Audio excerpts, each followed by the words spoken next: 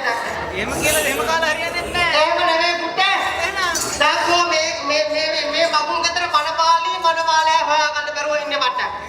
ඉවර වෙයි කියලා කනවා. ඇත්ත. ඒ දෙන්නට පොඩ්ඩක් මෙහාට කෙට්ටු වෙන්න කියමු. වෙන ටිකක් එන්න කිව්වා නම් හරියට. පුතුවාගේ අන්න අර හැදනවලේ ඉන්නේ. ඇංගිලා ඉන්න බය වෙලා. පුතුවාගේ දෙන්න මට බය වෙලා. බය වෙලා නේ.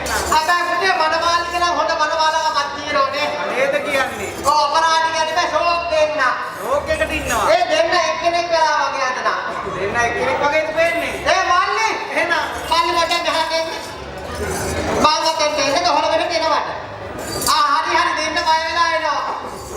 මල්ලි. එහෙනම් ඒ මල්ලි. හැබැයි පුතේ දැන් තමයි නියම වෙලාව මගුල් විතරට ගලපෙන චූන් එකක් දාන්න. ආයි නියම වෙලාව. ඔව් හැබැයි පුතේ කට්ටිය කන හින්දා. අනිහින්දා. ඔව් අනාගතයට බලපාන චූන් එකක් දාන්න යන්නේ. අනිවාර්යෙන් එහෙම කරන්න වෙනවා. ඔව් ගමන් යන්නේ මේ වගේ එකක් කිව්වට. යන්නයි ඔයා ආවේ ඒකට නේද? ඔව් කට්ටියට දැන් හරියට කාලේ නේ. හරිම කාලේ. ඔව් ඒකට ගලපෙන්න සිද්ධ ගානක් කියමු.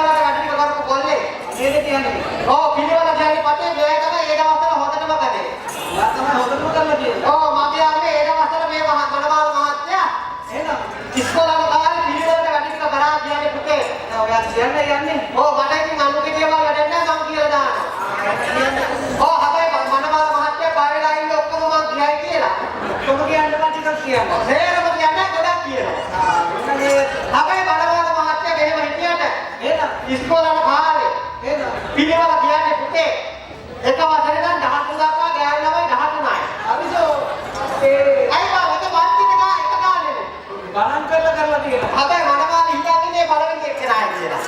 ඒක නන්නේ. ආයෙත් නම් පිට වැරදිච්ච නැහැ.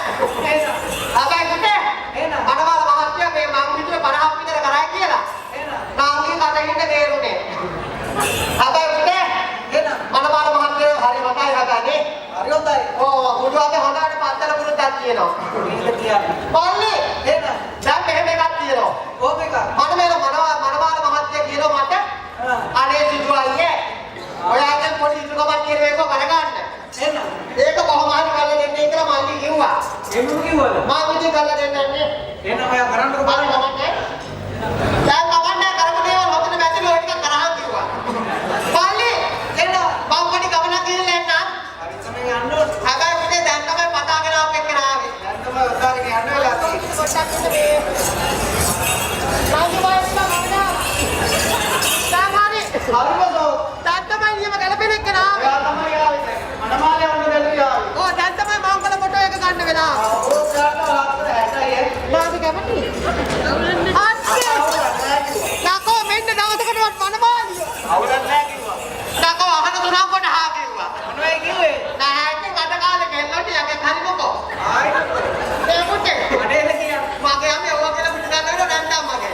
එහෙනම් මොනවයි කිව්වේ? නාගේ මට කියනවා අනේ මේ මනමාල මහත්තයාගේ හිතේ ගොඩාක් දේවල් තියාගෙන ඉන්නවා කිව්වා. එහෙනම් ඒක කොහොම හරි කවියෙන් කියන්නේ කිව්වා.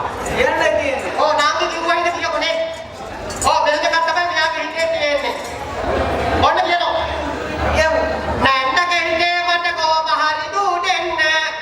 ඒක නම් කරගත්තා. ඊට පස්සේ කියනවා මාමගේ හිතේ මම මරමර වැඩ ගන්න. ඊට පස්සේ කියනවා නෑනගේ හිතේ හොර අටපනලා යන්න.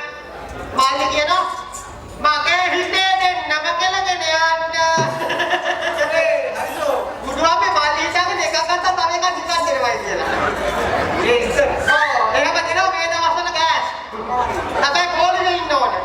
ඕනේ දෙන්නේ තමයි. ඔව් කට්ටියට දැන් කෝලි මොලක ඉඳලා පුරුදුයි හැබැයි නේ.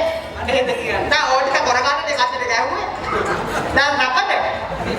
පාලි. එහෙනම් කට්ටිය කරදර ගන්න හොඳ නෑනේ. වැඩි හොඳ නැහැ. ඔව් අදින් පස් තමයි කෝල්ලට කරදර වෙන්නේ.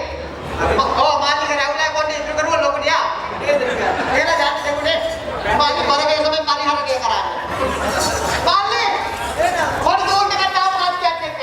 එකක් දාන්නයි දෙන්නේ. අපේ සපෝට් එකක් ඕනේ. පොඩ් එකක් ගන්න වෙනවා. ඔය අපලියක් ගන්න මෙතන තියෙන්නේ. මේ පැත්තේ නම් නේද හොඳට. ඔය දැක්කනේ හද්දෙත් එක්ක දෙන්නේ. ඔන්න තුන් එකේ ඉන්නේ. එහෙනම් හැබැයි පුතේ ළමයි ඉන්නකලා හරි මමට සපෝට් එක දෙන්න.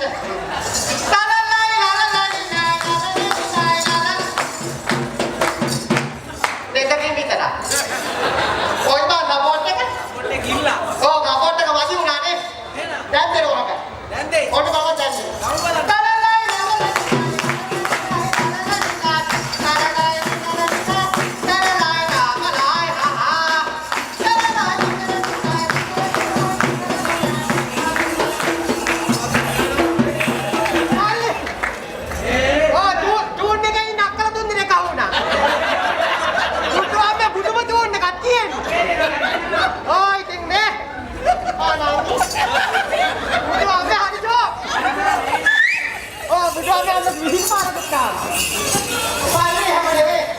මේ කාල වෙලාවක් ගිහින් තියෙන්නේ නේද?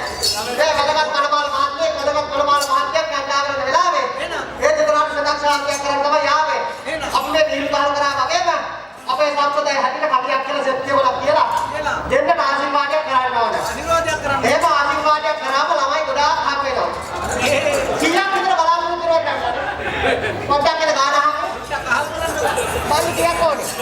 පස්සෙන් මුක්යක් මහා. හරි හරි. ඔව් යාළුවෝ නම් කියලා 12ක් විතර උකලේ මම ගන්නනේ. පාන්නේ. මේ මනබාල මහත්තයලා මෙහෙම කරලා ගහක් කටේ කිව්වා. නාකිලා ගන්නකම දැම්මා.